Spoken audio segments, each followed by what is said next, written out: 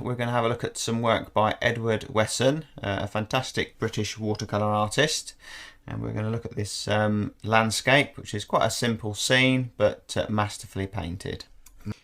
So we've got a little strip of light in the distance, which I'm guessing is a river, and we've got these water puddles here. What else do you find in puddles other than water? I've got these puddles here which lead us into the scene, so it's a great composition, and I won't worry about getting these exactly the same, just an idea. And then this distant mountain here, but I wouldn't do any more drawing than that. So we'll start with a fairly big brush, which I've got this Skoda Ultimate size 14. So we don't want to go too dark with the sky. So let's just mix up what I've got left on this palette. That's a nice bit of grey there. Let's get rid of some of it. So these bits of paint left in the corner of your wells and so on, once you mix them all together, it gives you a nice starting point. So there's a grey that I can now make it steer it towards blue. But this is kind of how watery you want it to be. So remember, the watercolour does dry a little bit lighter, so just bear that in mind, that you don't want to be too light, but again you don't want to be too dark.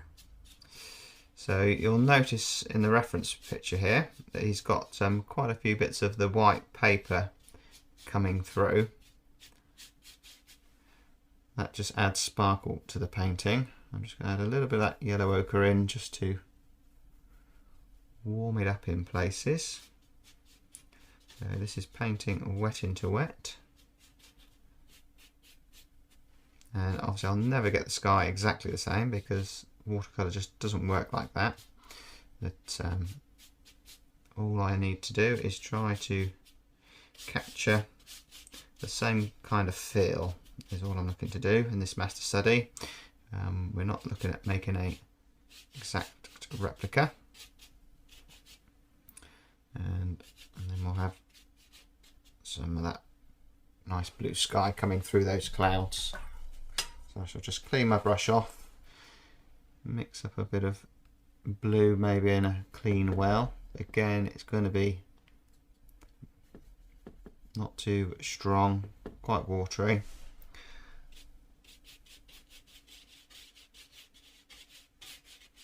So this is kind of the blue sky that is just poking through those clouds. You can paint it into the clouds so we get some softness. We don't necessarily want anything too hard in the sky.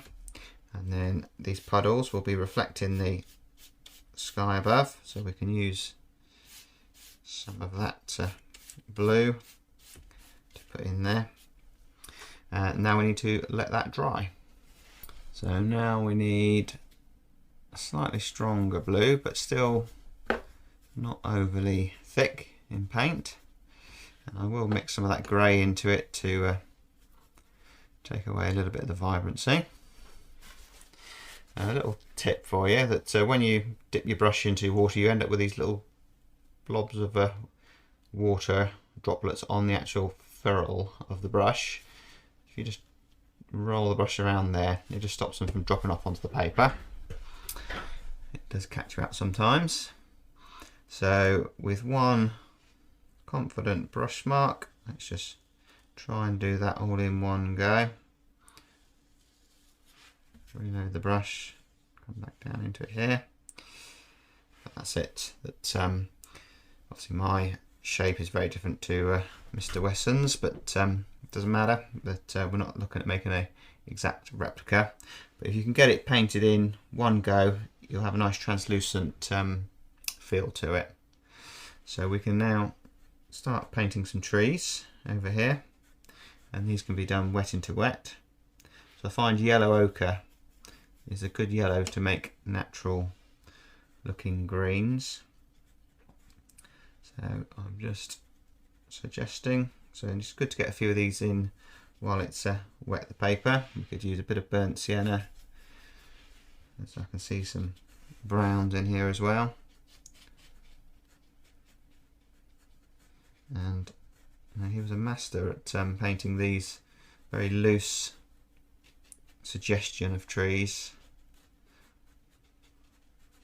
So let's sort out what I'm doing here. So let's bring this, we've got this water's edge here, so I need to bring that down along here. So let's get some green on the go. So again, a bit of the maybe cobalt blue, yellow ochre.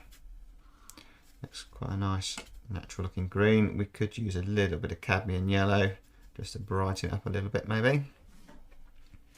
So now I'm going to paint around these puddles.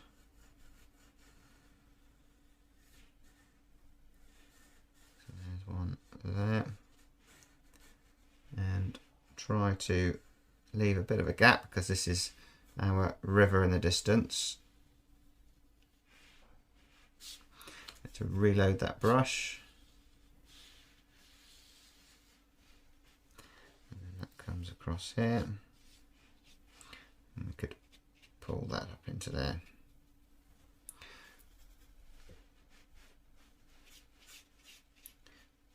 Again around that puddle.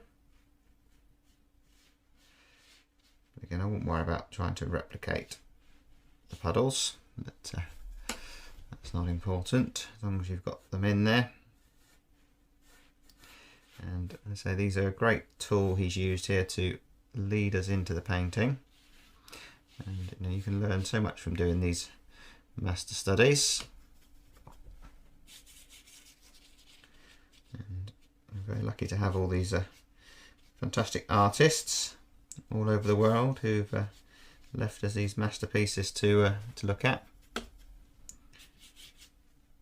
And has a nice calm feel to a lot of his work.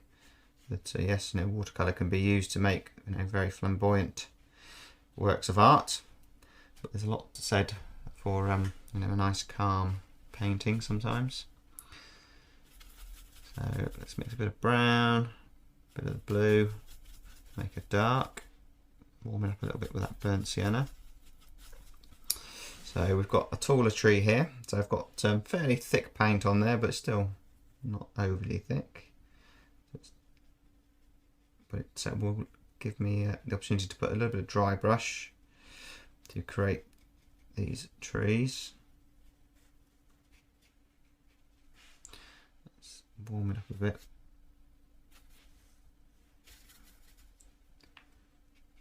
And again, it's still wet here, so I'm going to get some mixing on the paper, which would be nice. And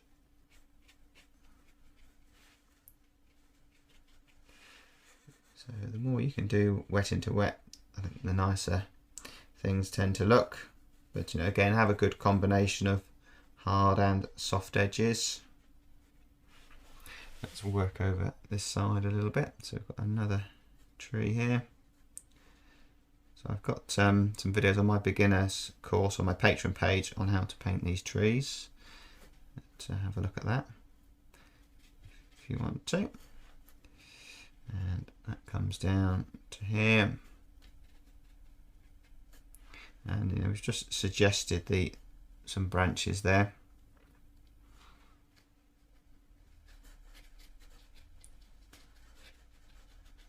Coming down to on there, and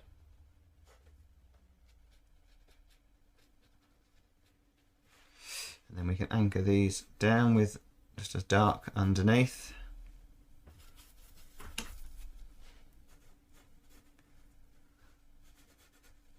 Again, opportunity to put a dark against light.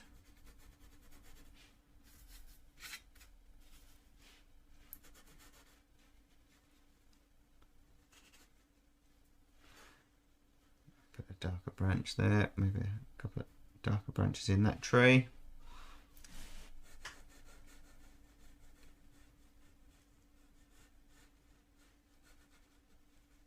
So I've actually got a tree on the other side of the bank there that I forgot. So I go getting that in. Get dark there. So I've got to be careful that when I paint the tree on the other side of the river that I don't bring it forward in front of this one because it's further away. So what I need to do is to make it lighter in tone. So less paint, more water, and less colour. And then this should recede into the distance. I should have painted that one first, but never mind. That's worked okay. We could bring it into the distance there and connect it up. Let's make a slightly darker green. Hopefully you enjoy this video and you get something from it. If you do, please do hit that like and subscribe. This is a fairly new channel which I'm trying to grow. Some of you may already know that I've got some other channels, Loose Watercolors Robert Me and Oil Painting Robert Me. These are slightly larger channels with all my latest demos. So this channel here is more for sharing other stuff that I do and perhaps some of my older demos as well, which I think still got some value in them. So let's get on with the video. Thanks for watching. He certainly was an expert of just putting his mark down confidently and just leaving it. That's the mark he's made. And the more you can do that, the better your watercolours will look. Often a mark that's wrong but confidently put down looks better than a mark that has been corrected, so it's correct but you've had to work at it to get it there, if that makes sense. A little bit darker here. This is in the foreground, and then we can suggest this rickety old fence.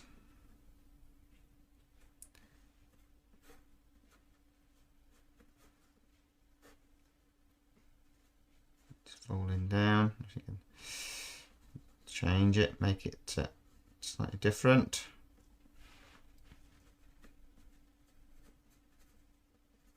Put some of these reflections in. Less is more, sometimes with reflections, you don't want to overdo it.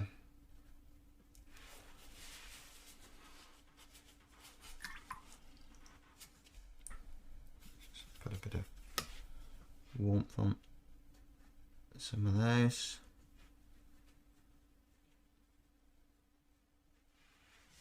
I think that's the thing to do when you're doing these master studies. Don't worry about trying to replicate it, just learn something from it. Use a bit of clean water just to soften that, gives you the illusion of some puddles. So we'll just take a bit of that blue and just put a little bit in across the water here, but just make sure it's got some light here in the middle there. So let's take the tape off and then let's have a look to see how we've captured some of the mastery of his work. So the camera doesn't record the colours as well as the photo camera, should we say, the video camera. So at the end of this video you'll see the true colours more. But concentrating on the brush marks, that I think we've captured the feel of it being put down confidently and not messed about with. That has a feeling of calm to it. That the sky is very soft but quite realistic. That rather than just paint a sky solid blue, obviously sometimes you do need to do that, but it has atmosphere in there, and that's because we've got some of the greys and the blue. You know, there's not a lot of blue in there, there's more grey than there is blue, but it makes more of this distant hill being blue, that if the sky was blue we wouldn't necessarily notice this so much. And the light areas, so we've got light on the water, light on the river in the distance there, and the trees are just subtly put down. I say he was a master at painting trees, and so yeah, it's a good exercise. And so something, this sort of technique, I'd imagine, would be very good to go outdoors and paint and just capture things simply. But quite often I certainly find when you've done it simply, they look actually better than an overworked complex painting. So good luck if you decide to give that a go.